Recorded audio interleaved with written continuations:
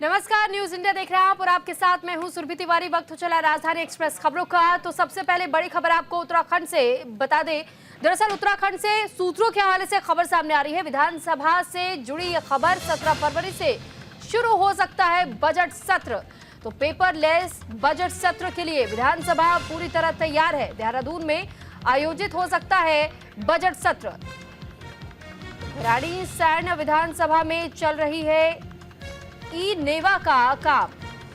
फिलहाल पेपरलेस सत्र कराने के लिए देहरादून विधानसभा तैयार नजर आ रहा है। आगामी बजट सत्र देहरादून में ही हो सकता है। ग्रीष्मकालीन राजधानी गैरसैंण की भराड़ीसैंण विधानसभा में राष्ट्रीय ई विधानसभा एप्लीकेशन के काम इस वक्त करवाए जा रहे हैं। उस काम को पूरा होने में 3 से 4 महीने का समय लग सकता है। इस कारण विधानसभा अध्यक्ष ऋतु खंडूरी भूषण ने प्रदेश सरकार से बजट सत्र देहरादून में कराने का अनुरोध किया। कल विधानसभा अध्यक्ष ने देहरादून विधानसभा में सभा मंडप का निरीक्षण किया। उन्होंने बताया कि देहरादून और गैरसैंण विधानसभा में पेपरलेस सत्र कराने के लिए ई नेवा के तहत कार्य किए जा रहे हैं। देहरादून विधानसभा पेपरलेस सत्र कराने के लिए इस वक्त पूरी तरह तैयार दिखाई दे रहे हैं।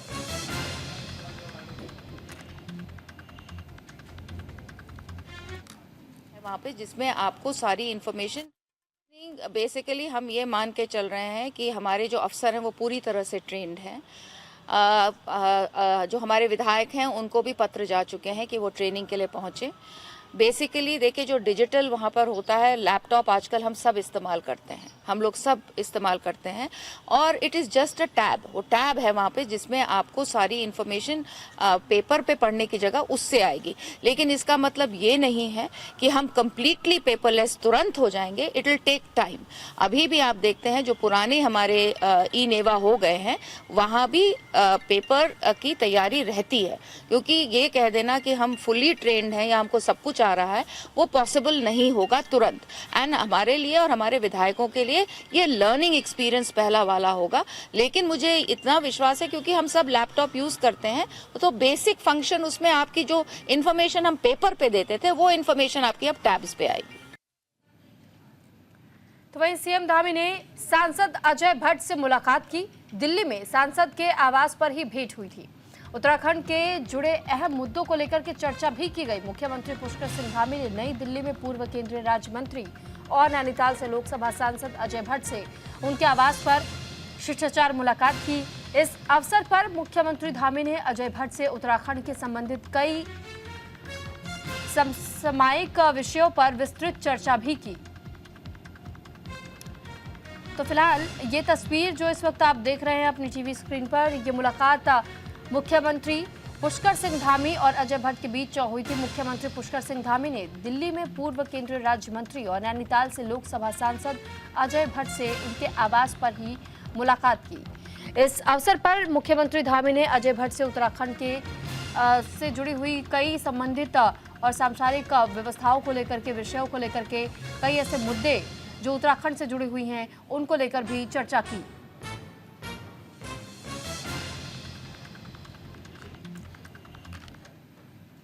वहीं बागेश्वर में हुए पंचायत चुनाव से जुड़ी खबर है। विवादों में नगर पंचायत गरुड़ का चुनाव।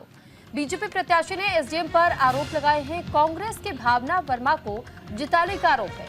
रोचक मुकाबले में कांग्रेस प्रत्याशी की जीत हुई थी। भावना वर्मा ने बीजेपी प्रत्याशी को 37 मतों से हरा दिया था। तो फिलहाल नगर पंचायत गरुड़ में हुए चुनाव से जुड़ा विवाद अब थमने का नाम नहीं ले रहा है। दरअसल कांग्रेस की भावना वर्मा ने बीजेपी प्रत्याशी ललिता वर्मा को 37 मतों से हराया था, जिसके बाद बीजेपी प्रत्याशी ने गरुड़ प्रशासन की कार्रवाई पर सवाल खड़े किए। बीजेपी प्रत्याशी ने एसडीएम जितेंद्र वर्मा पर कांग्रेस प्रत्याशी भावना वर्मा को एक तरफा जिताने का आरोप लगाया। उनका ये कहना है कि कांग्रेस प्रत्याशी भावना वर्मा के नामांकन पत्र में गलत दस्तावेज पाए गए थे। प्रशासन पर जिसकी कार्रवाई सही से न होने का भी आरोप है। वही मामले में गरुड़ के एसडीएम जितेंद्र वर्मा का ये कहना है कि आरोपों की जांच की जा रही है, जल्द ही परिणाम भी सामने आ जाएंगे।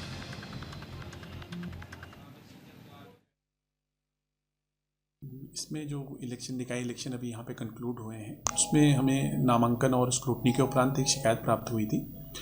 वो शिकायत चूँकि हम लोग आचार संहिता के तहत हम उस पर उस समय कार्रवाई नहीं कर पाई थी। हमने उस पर मार्गदर्शन मांगा था राज्य निर्वाचन आयोग से, परंतु वहाँ से हमें कोई गाइडेंस प्राप्त नहीं हुआ था।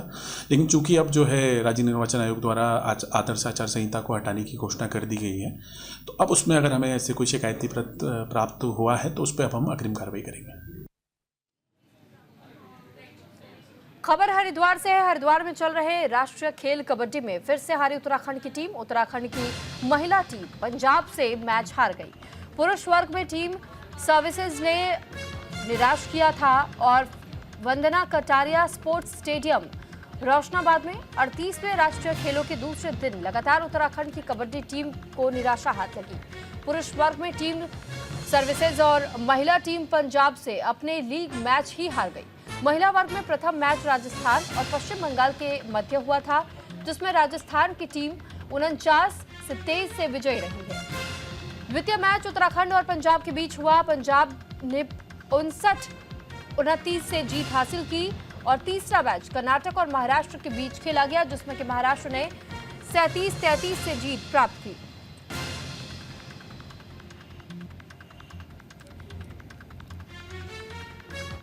तो वहीं हल्द्वानी के सौंदर्यीकरण का काम जारी है। 38वें नेशनल गेम्स को लेकर के अब सुंदरता को बढ़ाया जा रहा है।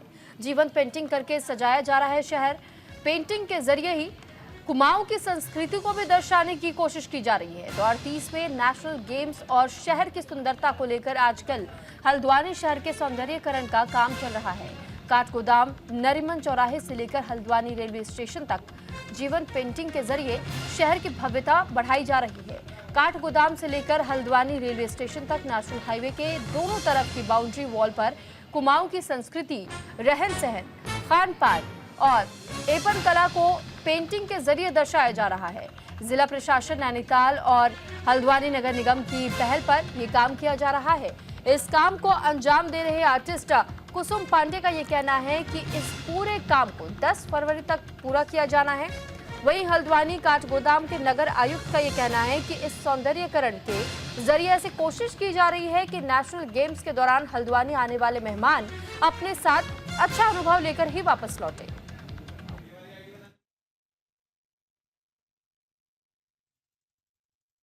काठगोदाम जो हमारा नारीमन चौक है, इसका ब्यूटिफिकेशन का काम चल रहा था। पूरा हल्द्वानी के सौंदर्यीकरण का जो काम चल रहा है, लेकिन इसी बीच में हमारे नेशनल गेम जो स्टार्ट हुए हैं अभी, तो हमारा टारगेट है कि इसे क्लोजिंग से पहले हम कंप्लीट करें, ताकि जो भी यहाँ मेहमान हमारे आ रहे हैं वो कुमाऊं द्वार जिसे बोला गया है हल्द्वानी, और जो कुमाऊं की संस्कृति है, यहाँ की जो जितनी भी चीज़ें हैं उससे रूबरू हो और यहाँ एक सौंदर्यीकरण वाला जो फील है वो आए।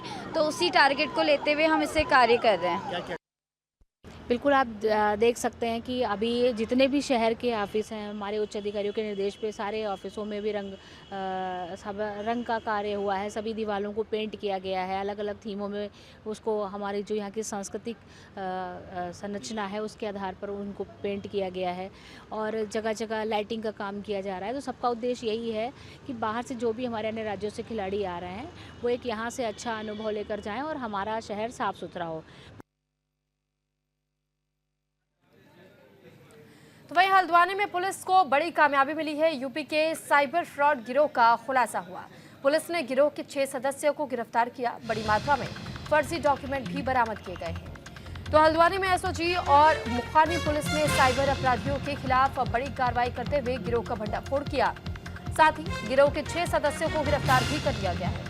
इनके कब्जे से भारी मात्रा में स्टैम्प पेपर, फर्जी आधार कार्ड, पैन कार्ड, मोहर के साथ साथ मोबाइल के सिम और बैंक के पासबुक सहित कई दस्तावेज बरामद किए गए। पकड़े गए सभी आरोपी उत्तर प्रदेश के रहने वाले हैं। ये सभी हल्द्वानी में किराए के कमरा लेकर के रहा करते थे।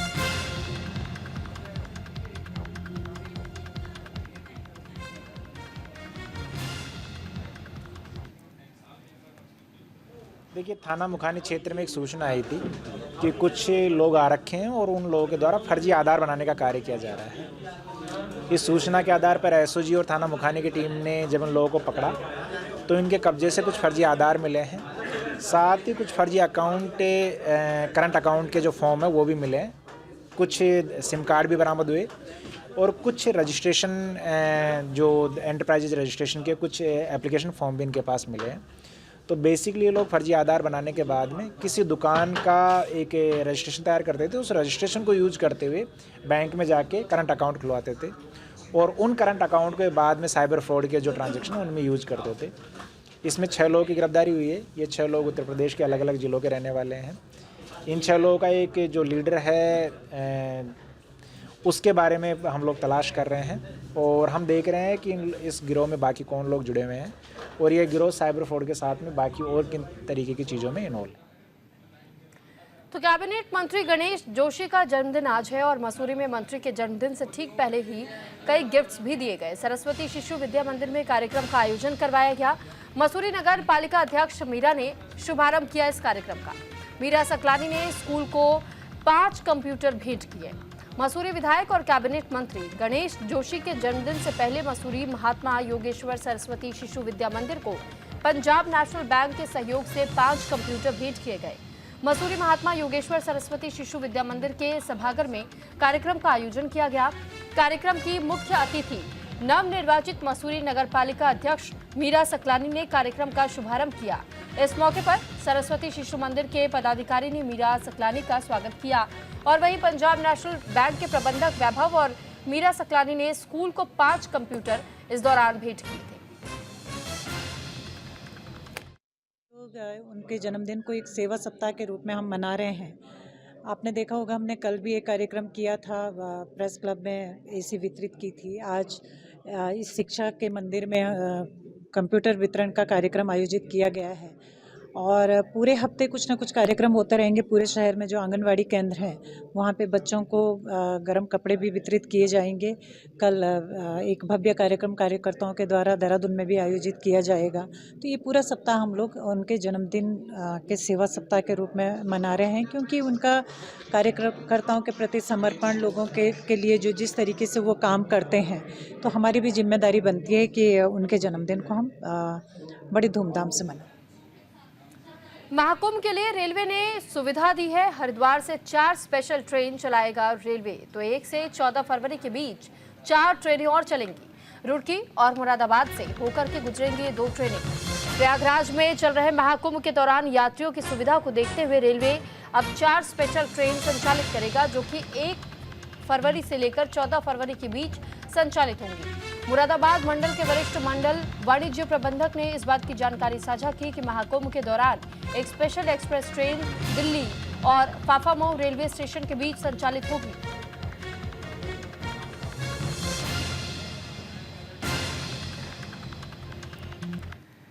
तो वहीं रुड़की प्रशासन की बड़ी कार्रवाई देखने को मिली। मैंगलोर में मिट्टी के अवैध खनन पर एक्शन भी हुआ। अवैध खनन पर जॉइंट मजिस्ट्रेट की छापेमारी और छापेमारी से खनन माफिया में इस वक्त हड़कंप मचा हुआ है।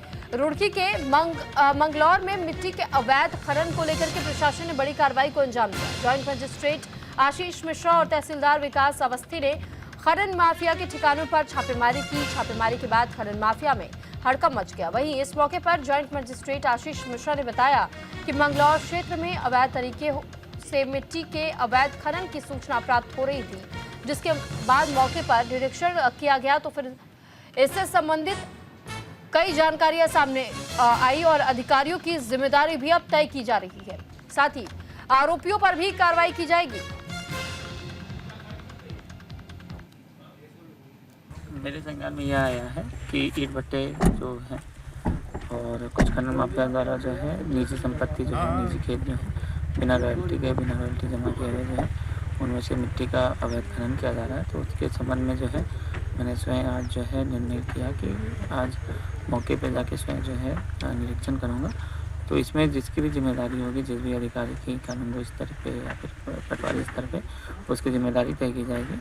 और नापने के बाद जो है जो खेत मालिक हैं उनका भी सांठगांठ होता है खनन माफियों के साथ, तो उनके खिलाफ जो है जुर्माने की कार्रवाई की जाएगी। इसके साथ साथ जो हल्का लेखपाल है, हल्का कानूनगो है, तो उनके खिलाफ भी जो है सुकोर्ट नोटिस जारी किया जाएगा और एक डिसिप्लिनरी।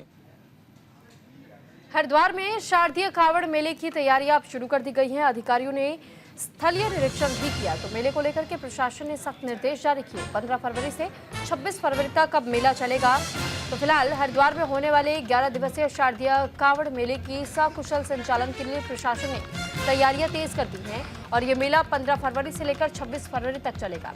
इस अवधि में परमेश्वर भक्ति कांवड़िया हरिद्वार से गंगा जल लेकर जाएंगे और अपने अभिष्ट शिवालय में जलाभिषेक करेंगे। तो कल एसडीएम हरिद्वार और संबंधित अधिकारियों ने चंडी घाट से चिड़ियापुर तक सड़क, पानी, बिजली, पार्किंग से संबंधित आवश्यकताओं का भौतिक निरीक्षण किया। निरीक्षण के दौरान एसडीएम हरिद्वार ने सभी संबंधित विभागों को समय रहते ही सभी कमियों को दूर करने और श्रद्धालुओं की सुविधा और सुरक्षा सुनिश्चित करने के सख्त निर्देश जारी किए।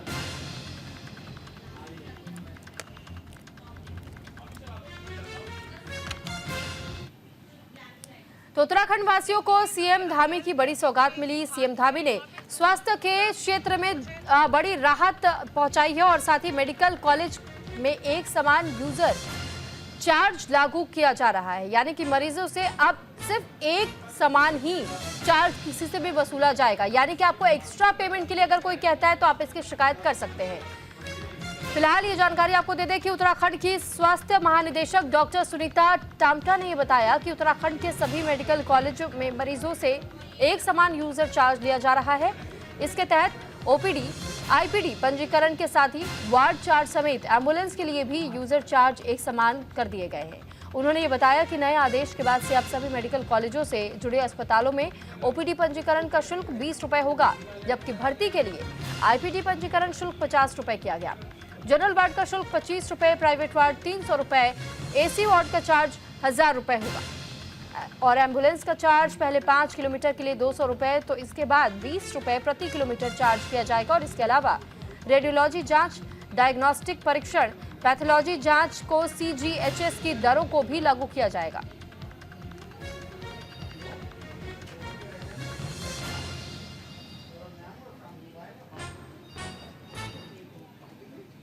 अब हमारी जो दरें निश्चित की गई हैं वो पीएससी और सीएससी मतलब कि जो प्राइमरी हेल्थ सेंटर और कम्युनिटी हेल्थ सेंटर में हमारी जो है 10 रुपये यूजुअल 10 रुपये पर्ची के जो है ओपीडी चार्जेस हैं और डिस्ट्रिक्ट और सब डिस्ट्रिक्ट में हमने जो है 20 रुपये कर दिए। तो ये हमारा ओपीडी है। ऐसे हमारा इंडोर का भी हमारे जो चेंजेस हुए हैं कि हमारे जो भर्ती मरीज हैं तो 3 दिन तक तो हमारे कोई उसमें चार्जेस नहीं होते हैं डिस्ट्रिक्ट और सब डिस्ट्रिक्ट में, लेकिन 3 दिन के बाद जो है ये हम लोगों के जो दरें हुई हैं जो पीएससी में हम लेंगे 10 रुपये प्रति दिन और जो सामुदायिक में 15 रुपये प्रतिदिन और डिस्ट्रिक्ट और सब डिस्ट्रिक्ट में जो हम लेंगे वो 25 रुपये प्रतिदिन। तो ये हमारी जो दरें हैं वो निर्धारित। तो दिल्ली के मोती नगर में उत्तराखंड के मुख्यमंत्री पुष्कर सिंह धामी संबोधित करे, क्या कुछ कह रहे सुनवाते हैं। वहाँ राष्ट्रीय खेलों का आयोजन भी कर सकते हैं। पहली गाड़ी से आप उत्तराखंड आए, राष्ट्रीय खेलों का आनंद लें और हमारे द्वारा वहाँ पर शीतकालीन यात्रा प्रारंभ की गई है। उस शीतकालीन यात्रा में अनेक हमारे जो अच्छे तीर्थ स्थल हैं, अच्छे पर्यटक स्थल हैं, सुहाना मौसम, बर्फ से ढकी हुई चोटियां, सुंदर हवा है, प्रदूषण मुक्त और एक अध्यात्म और ऊर्जा की अनुभूति होगी। आपको आनंद मिलेगा, एक अच्छा अनुभव लेकर आप लोग वापस आएंगे तरोताजगी के साथ। तो मैं उसके लिए भी आप सबको आमंत्रित करता हूं।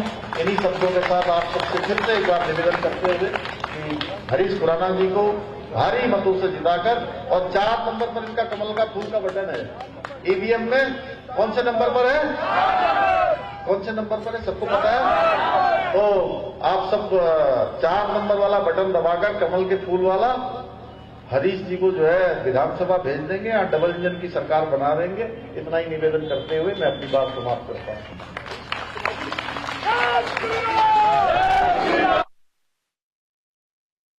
तो आपने पुष्कर सिंह धामी को सुना और साथ ही उन्होंने अब दिल्ली विधानसभा चुनाव के लिए प्रचार प्रसार किया और साथ ही बीजेपी के लिए वोट करने की अपील की। अब खबरों में आगे बढ़ते हुए खबर आपको विकासनगर से जुड़ी हुई बता देते हैं। दरअसल बीएससी नर्सिंग कोर्स की शुरुआत कर दी गई है। 20 सीटों के साथ अब नर्सिंग कोर्स की शुरुआत विकासनगर में कर दी गई है।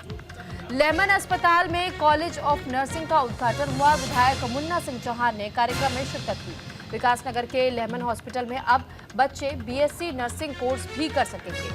College of nursing Herbertpur Christian hospital में 20 सीटों के साथ नर्सिंग कोर्स की शुरुआत हो चुकी है। बीएससी नर्सिंग प्रोग्राम के उद्घाटन समारोह में विधायक मुन्ना सिंह चौहान ने मुख्य अतिथि के तौर पर पहुंचकर के दीप प्रज्वलित कर कार्यक्रम की शुरुआत की। इस मौके पर छात्राओं ने रंगारंग कार्यक्रम की प्रस्तुति भी दी।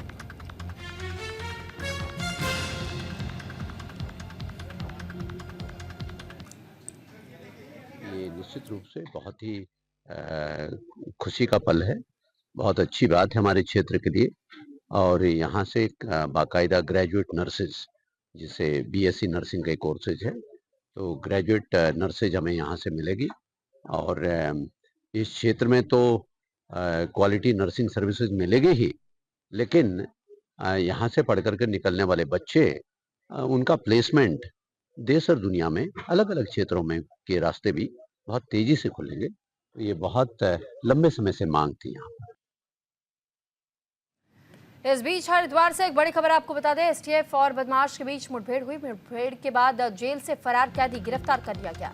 मुठभेड़ के बाद बदमाश के पैर में गोली भी लगने की खबर सामने आई। लंबे समय से तलाश की जा रही थी पुलिस की ओर से इस बदमाश पर 50,000 का इनाम भी घोषित था। दीवार फांद करके फरार हुआ था ये कैदी। जेल की रामलीला में वायनर का रोल निभा रहा था, किरदार निभा रहा था। रामलीला मंचन के दौरान ही हरिद्वार जेल की दीवार फांद करके इस कैदी ने फरार होने की कोशिश की। आखिरकार ज्वालापुर और रानीपुर पुलिस की संयुक्त कार्रवाई में इस बदमाश को धर दबोच लिया गया और बीती रात भेल सेक्टर 2 में काली मंदिर तिराहे के पास खालीपेड़ मैदान में पुलिस और कैदी के बीच मुठभेड़ हुई। पुलिस की जवाबी कार्रवाई में फरार कैदी के पैर में गोली लगी।